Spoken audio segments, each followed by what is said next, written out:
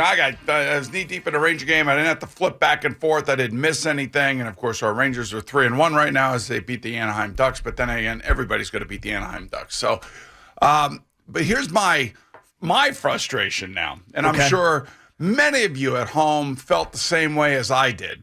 So, of course, I'm following Greg Giannotti on Twitter, and of course, my man over here knows the weather. And, and then, of course, Matt Hammer has to come out. And I don't want to kill Matt Hammer because it's, whoever the weatherman or weather person or weather being is for Major League Baseball, they're the ones that kept telling Major League Baseball this thing's going to move off, it's going to move off, it's going to move off. So I go to the Yankees Twitter account and says, we'll give you an update. And that was at 7 o'clock. That's right. Then I go to TNT or TBS, whatever it was, and every time I keep checking back, there's Dwayne Wade in that damn game show he's doing. And it says on the bottom, updates are coming. No update ever came. So, I'm annoyed at home. I can imagine how the people felt that went to the stadium, sat in that traffic, paid their parking, got on the subway soaking wet if they went that way. Drinking and eating. Spending all the money. And then I'm listening to Craig and Evan, and Craig's, they're playing the game. They're playing the game. Well, Evan Roberts said, I'm looking outside right now, and it looks like a beautiful night, so they're going to play the game. How about those guys? I didn't even know what they were doing. That's not the way. I actually kind of blame Craig. Well, yeah. Because Maloik was in the building. Right. So. And they're playing. They're going to play. Yeah. Well, Matt Hammer, he put out, and he's our News 12 weather guy, he's a big listener to the show and everything else. Matt. We do like Matt. Every now and again, they're going to get something wrong. But the freezing cold takes Twitter account that goes and finds people's wrong predictions on things, and they got like 600,000 followers on Twitter. Come on, we're buried in there somewhere. Yeah, of course, probably. But they actually found the Matt Hammer tweet from yesterday to our show where he said they were going to play 100%. So he was getting roasted all over the place. So much so that about 10 minutes ago, he recorded an apology to us on his Twitter account and sent it. So we'll listen to a couple of seconds of Matt Hammer apologizing for his terrible forecast. Good morning, everybody. Obviously, a very humbling evening last night. The fact that I made the 100% call that they were going to play yesterday morning. It doesn't happen. That's a bad look. It's a bad call. Nothing ever 100%, even as good as the timing looked yesterday. Let's talk about what went on, though, which led to the postponement.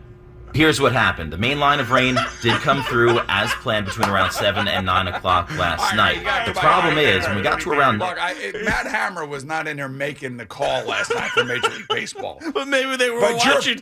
But what was really funny to me is watching you and him go back and forth on Twitter. Yeah, and I was right! Yeah, I know you were right. I know. But I mean, like... You never know when one of these storms ends up hanging on. But, I mean, like, Major League Baseball... I knew! I know what they were trying to do. They wanted to get the game in, so at least the team that won would have a chance to get settled in Houston because, obviously the Astros and whoever wins is going to play tomorrow. Yeah, I know what they wanted to do, but there's days that I want to go to the beach, and then there's a thunderstorm, and I don't go. This is why they should have put a dome over the top of this thing. Yeah, a retractable dome. Every single stadium that's in the Northeast or anywhere, quite frankly, should have one of those. These days. These days, for sure. Days. By the way, $15 million for every single one of these playoff games that gets played is the revenue number. And last night they actually got a little bit of a double dip. Now they probably didn't get $15 million because they, everybody left at 9:35, but they got a little bit of a double dip. Got some more revenue in last night, and then it's going to happen again today. Just awful. I mean, just absolutely awful. And I kept going back, like I said, to TBS. And there's my man Dwayne Wade. Can anybody on this radio program tell me what Dwayne Wade said that we had never heard before until he said it? Can anybody? You probably can't, because you were not here when he said it. Okay. I have a feeling that Al knows. Hold on. Eddie, do you have any idea? No idea. This was as a guest on Boomer and Carton? No, he wasn't a guest. It wasn't a guest. Wait, I think he was a guest at one point in time with us, right? I don't know. This was something he put on Instagram. Yeah, I feel like I was...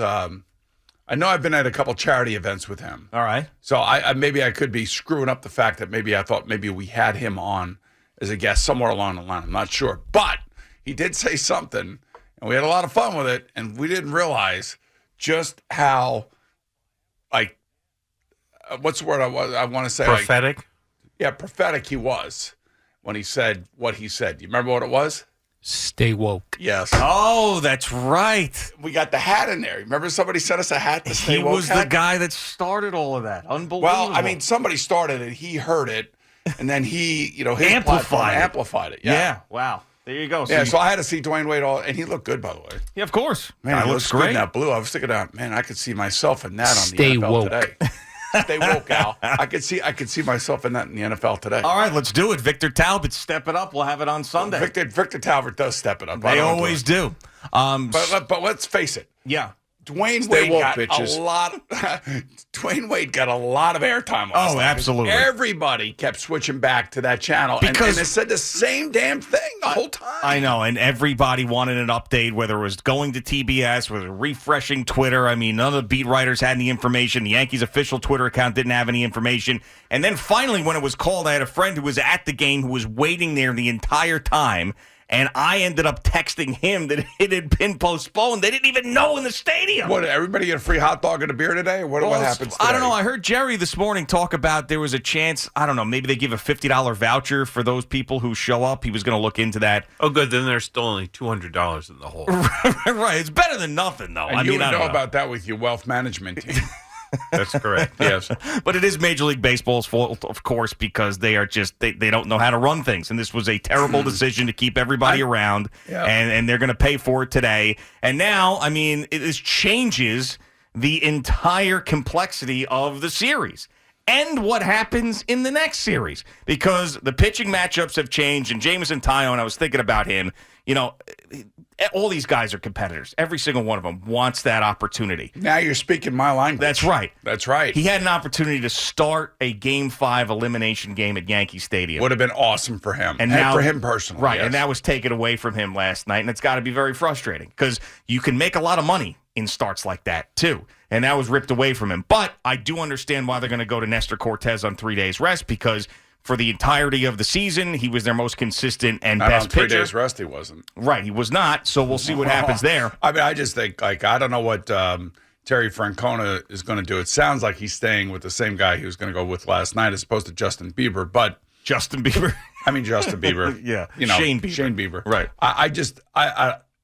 These are one of those decisions that is collectively made, just so everybody understands out there, collectively made by the Yankee Brain Trust. This is not just Aaron Boone making this decision. 100% right. This is everybody is making this decision that has any tentacles tied to Brian Cashman, between Brian Cashman and Aaron Boone. Yeah. That's who's making this decision. So Yankee fans, if Nestor gets lit up today, it's not Aaron Boone's fault. Now, what will be Aaron Boone's situation will be he'll have a foot on this top step of the dugout, and he'll have to be ready to yank him in a moment's notice. Right, absolutely. Now, I don't know why. Now, Shane Bieber, I don't know his history, 3 days rest, but this is an elimination game. He is much better than Aaron Savale. The guy won a Cy Young. It was a shortened season, but he won a Cy Young in 2020. How does he not go out on 3 days rest in an elimination because game? He's never pitched on 3 days rest. It doesn't Ever. matter. Ever. I mean, come on, it's an elimination game. You're going to throw out this tomato can against the Yankees in an elimination game when your best pitcher's sitting there on 3 days rest? Now That's Savali ridiculous. has 0 postseason starts, obviously. And Shane Bieber's never pitched on 3 days rest. I don't know. Listen, Terry Francona could be messing with everybody. Who knows? And then all of a sudden, Bieber comes out. Right, next thing you know, they're bunting all over the place, and they're trying to get Nestor deep into the count and working the count, that kind of thing. Like when you said that if Nestor gets lit up, I mean, can the Guardians light anybody up? I mean, that's not how they win games. They win games like pecking at you. but they can peck at him, peck at him, make him go deep into the count and peck some more. Right, I mean, it's all of that. If they scored 5 runs today, I would be shocked. The Guardians. Yeah, well. There was a little good news last night. I want to say good news for a local team around here, and it's not the Rangers. The Rangers won. That's always good news because they take care of business, and that's what I'm liking. I'm liking what I'm seeing so far, although 4 goals a little bit too much for my liking. So who do the Jets play next week? The Jets they have the Jaguars and Broncos. That's right, the Broncos. They have the Broncos. It's the Giants and the Jaguars. Right. It's the Jets travel to Denver to I know. play the Broncos. I caught you off guard there because you're all wrapped up into this That's whole fine. weather Yeah, thing and it's everything. Giants, and you're Jaguars, so Jets, excited. Broncos. Yeah. I mean, what was it like out in Sayville last night? What do you mean? What was it like? Was it the raining weather? in Sayville? No, it was overnight rain. So they could have played at Sayville. They could have played at the turf field at Sayville. Yeah, Right. they've done that. Yep. Yeah. All right. So anyway, here's the thing. Russell Wilson pulled his hamstring last night in the fourth quarter. Yeah. That's the new injury he has now. Right. He may not play against the Jets. I don't know if that really matters because of the way that he's played. It doesn't matter. Team's terrible. But no, their defense is good. Just Team listen to me. stinks. The defense is good. The offense is terrible. That team the offense overall did nothing stinks. last night from the first quarter on. Yeah. But the alternative is either Russell Wilson or the only other guy on that roster is Brett Ripien Okay. as the backup quarterback. And, I cannot believe how many quarterbacks are getting hurt and going down. I mean, Carson Wentz had finger surgery yesterday. No return. Between Mitch Trubisky and Kenny Pickett got going back and forth, and now you have this potential situation, with the Denver Broncos. The three-ring circus down in Miami. Yeah. I mean, there's a lot of things going Tua's on. coming back this week. And remember, the Jets started with Flacco. That's right.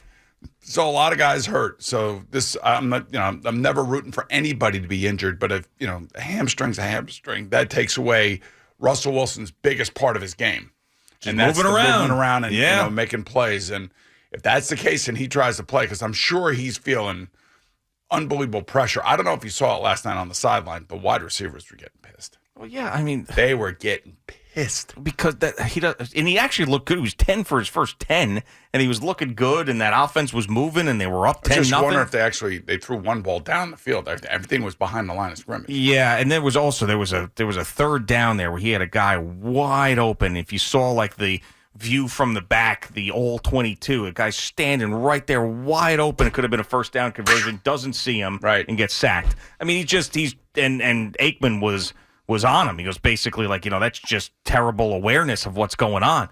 So I don't know if Russell Wilson plays or Brett Ripien plays. To me, it doesn't matter. It's not who you play, Greg. Yeah, It's when you play them. and what condition are they in. And I got to say right now, the Jets are in the best condition they've been in a long time in terms of health. Defensive line is healthy, as we saw as they dominated.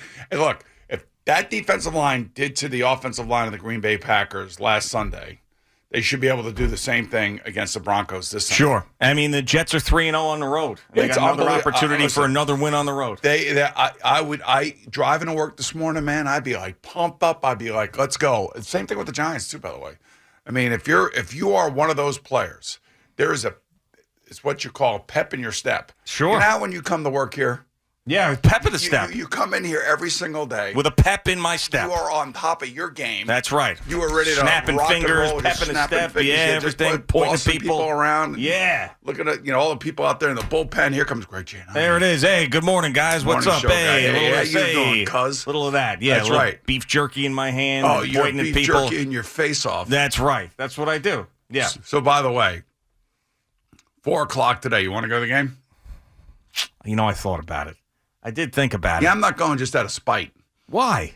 because I feel bad for the But people. why that did won you just last night. ask me then? Because I wanted to say what I'm saying. Okay, so you just used me to set up your point. Just say, hey, I would never go. Yeah, I'm not going. Okay. I all feel right. bad for all those great Yankee fans that went to that game last night and sat there. I know. In that slop, Yep. freezing cold slop. Yep. Buying For hot hours chocolate. and hours I mean- and hours. And And I don't know. it's probably all because Spank was telling everybody they were playing the game. Now, I don't know if Tom Izzo, our digital guy, was lying or not, but he claimed that Benny Hanna ran out of food last night Good because for Benny Hanna. so many people were there and just eating and eating and eating the fried rice and the hibachi and everything else. I know that Jess Clark was there all night. Okay, she's our head of promotions. Yeah, we should get her on this morning. Ask her what her She's an experience executive. was like. She's an executive, but Yeah. but she's probably not going to say how she really feels because we're tied to the Yankees. Right, exactly. And she's an executive now, so the executives, are going to be very guarded. I'm sure we'll get plenty of phone calls of people that were there last night. Oh, they're all going that to were be pissed. off. We know, but listen, don't get mad at the Yankees. Not the Yankees' fault. It's Major League Baseball. They're the ones that screw everything up. Yeah, but the Yankees did make some money last night. Oh, sure. Absolutely. All right, Boomer and Gio on the Fan and CBS Sports Network. Just getting started on this Tuesday morning. Jerry Recco joins us with his first update coming up in just a couple of minutes.